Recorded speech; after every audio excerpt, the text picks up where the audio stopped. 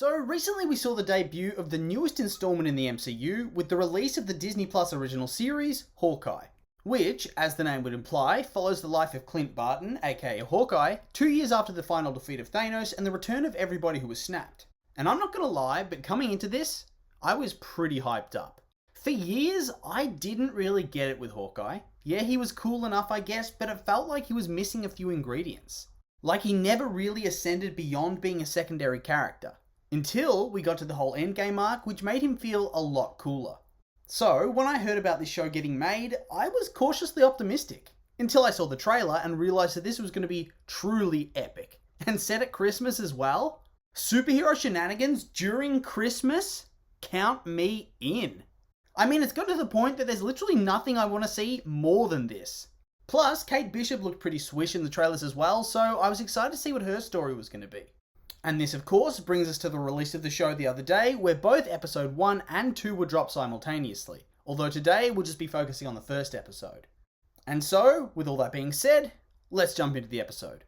And we start off the episode in New York City in 2012 in what is evidently the moments before Loki's invasion during the climax of the first Avengers film.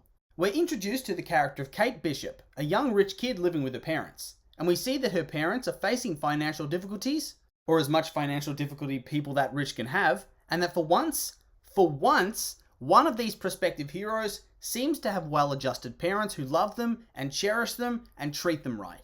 Seriously, the interactions between Kate and her dad and Kate and her mum are written so well. They're both different and unique relationships, but still have the same closeness and sense of warmth.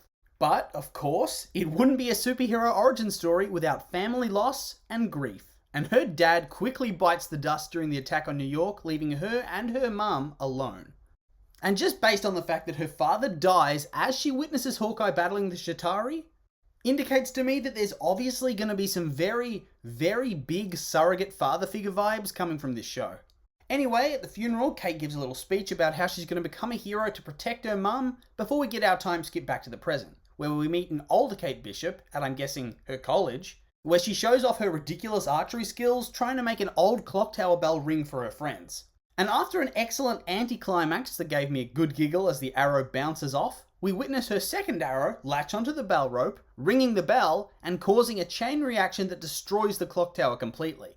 So, yeah, that's an expulsion and a lawsuit for sure, right? As well as criminal charges for vandalism. Although, she is rich, and if life's taught me anything, it's that rules don't apply to the 1%ers. And on a side note from that, how the hell did the bell even break? Are you telling me the building was so fragile that just ringing the bell would bust it? Surely the building would be checked by safety inspectors from time to time. Otherwise, wouldn't a very strong breeze just have toppled this thing completely? Really, it was only a matter of time if you ask me. Moving on, we see a brief Christmas in New York City montage which has Home Alone 2 vibes. Anyway, we find ourselves on Broadway just in time for Steve Rogers the musical. And this whole sequence is just mwah, perfection. I feel like the MCU's never really had time to delve into how ridiculously famous these characters are. Like, no shit, there's going to be so many musicals and films and books written about them. I mean, realistically, they'd have trading cards and toys and even dedicated hero paparazzi. And I really liked how they just made it accurate to real life. Yes, Hawkeye, who's just a regular dude when you take away the hero stuff, would be super uncomfortable with all that public attention. He was a spy, not an actor. This would feel really weird. And on top of that, they immortalize him and venerate him as this great guy, but to him, he's not a hero. He murdered people as Ronin, and he feels like it's his fault the Black Widow died. He has survivor's guilt and PTSD, and it really taps into a more human aspect of the MCU. And on top of that, there were just so many little tidbits that made this scene feel so alive and true to life, like the little girl staring at the celebrity in the audience instead of the actual performance. Seriously, this is like Daniel Radcliffe turning up at the Cursed Child. And then there's the fact that the creators altered events to suit their own little story, like having AntMan at the Battle of New York, despite his first movie, chronologically, being in 2015. And then that edgy graffiti in the bathroom that talks about how Thanos was right to do what he did, or even the creepy dude in the bathroom begging for a selfie at the urinal? Dank. I mean, just in general, that whole scene was just cringe. First, standing next to somebody at the urinal when there's space elsewhere, you just don't do it. Then talking to somebody and looking at them, no, stop. And then even just following them around the bathroom begging for a picture, ugh. Makes me sad that there's real people like this guy. Also, I liked that Hawkeye's deaf, and it kind of shows that getting blown up over and over probably isn't good for you. But I can't help but wonder, with all the tech they have, couldn't they just reverse it? I mean, Rhodey lost the use of his legs, right? But he uses tech to walk. But here, Clint's deaf in one ear completely and needs a hearing aid for the other. And you're telling me he can't get that fixed? Once you get to a certain level of tech, that kind of thing sort of becomes less believable. Also, I found that scene outside with all his kids was really cute. I'm loving Hawkeye's cuddly dad energy. It's very reminiscent of Scott and Tony with their daughters.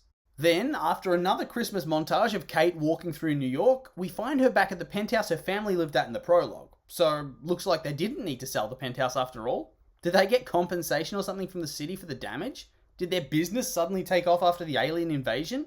Did the dad have a juicy life insurance plan?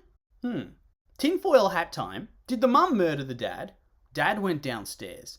Mum tells Kate she has to do something downstairs. Then the aliens attack and the dad's just supposedly dead, but it happens off screen. Maybe it's ridiculous, but the mum seems sus to me, especially after the old guy threatens her later. There's more to this. Anyway, Mum scolds Kate and cancels her credit cards before we meet the most obviously evil dude ever. I mean, he walks in with his big evil villain mustache in his tuxedo after abruptly getting engaged to this wealthy widow out of the blue. Come on. Evil 101. I mean, are they even trying with this guy? Anyway, Kate seems a bit surprised to see him, which is kind of weird because the mum did say on the phone that he was going to be over. And then she proceeds to cold shoulder him the entire time, which seems a bit bratty, but maybe she can tell this guy also seems a bit too much like a Bond villain to be an acceptable stepdad.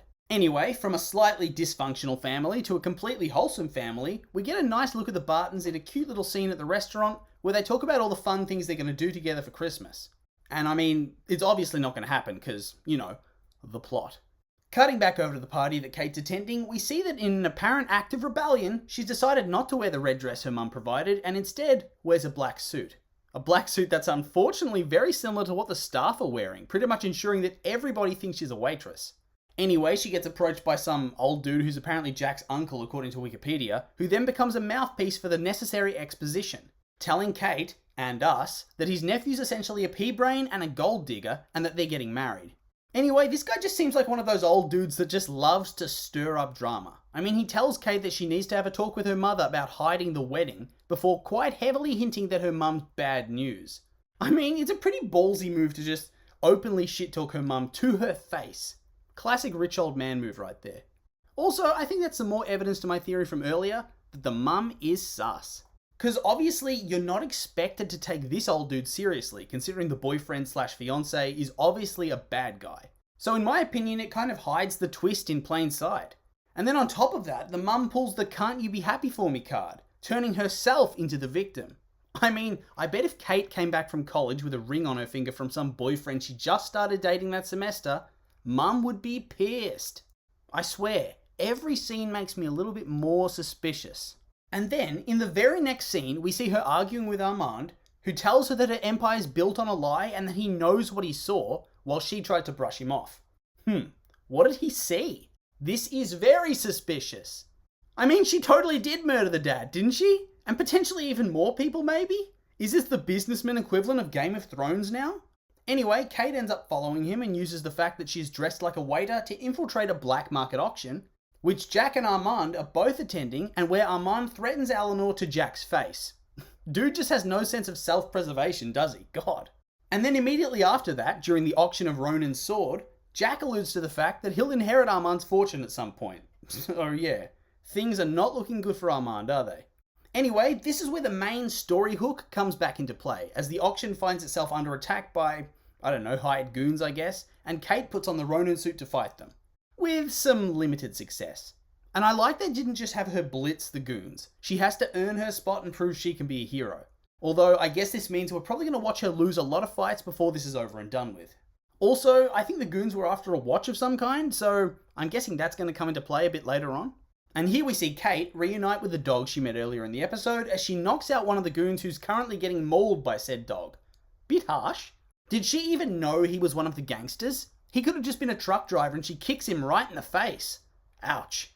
Anyway, she saves the dog on a busy street, still wearing the Ronin suit, and thus finds herself as the new Ronin, at least according to the news and the gangsters that are after her. And thus begins the tale of how Hawkeye's Christmas was ruined, as he realizes he has to go after the suit or the new Ronin's going to get killed because of his past actions, with that PTSD coming back to bite him. Poor Hawkeye. Anyway, Kate, after dropping the dog off at her house, heads off to find Armand because, he was acting pretty shady. But he's dead. And I'm going to guess he was pretty thoroughly stabbed with a sword. Also, he was so fancy he had monogrammed butterscotch. Rich people. Also, I get it. The show's clearly setting up that it was the nephew, right? But I'm still suspicious of the mum. I don't know why, but I just feel like she's involved somewhere. Moving on from that though, Kate finds herself confronted by the tracksuit fellas again, who actually deliver a pretty thorough beatdown this time, forcing her to hide in a car, before Hawkeye actually manages to find them somehow and takes them out, before grabbing Kate and unmasking her in an alleyway, being quite shocked that she's a young girl. Also, this episode has to have the track record for the most bros uttered in a single sentence, so respect to that, I guess. Anyway, that brings us to the end of the episode, and I liked it. Yeah, it was a little short on plot, but I think it worked. We needed to learn about the characters, and I think this episode really helped define each of them really well, whilst also setting up future mysteries and plot points. Plus, the Steve Rogers musical. How can you top that? Anyway though, those are just my opinions, and now I'd like to hear yours. What do you think of the episode? Like it? Hate it? Make sure to leave a comment and let me know.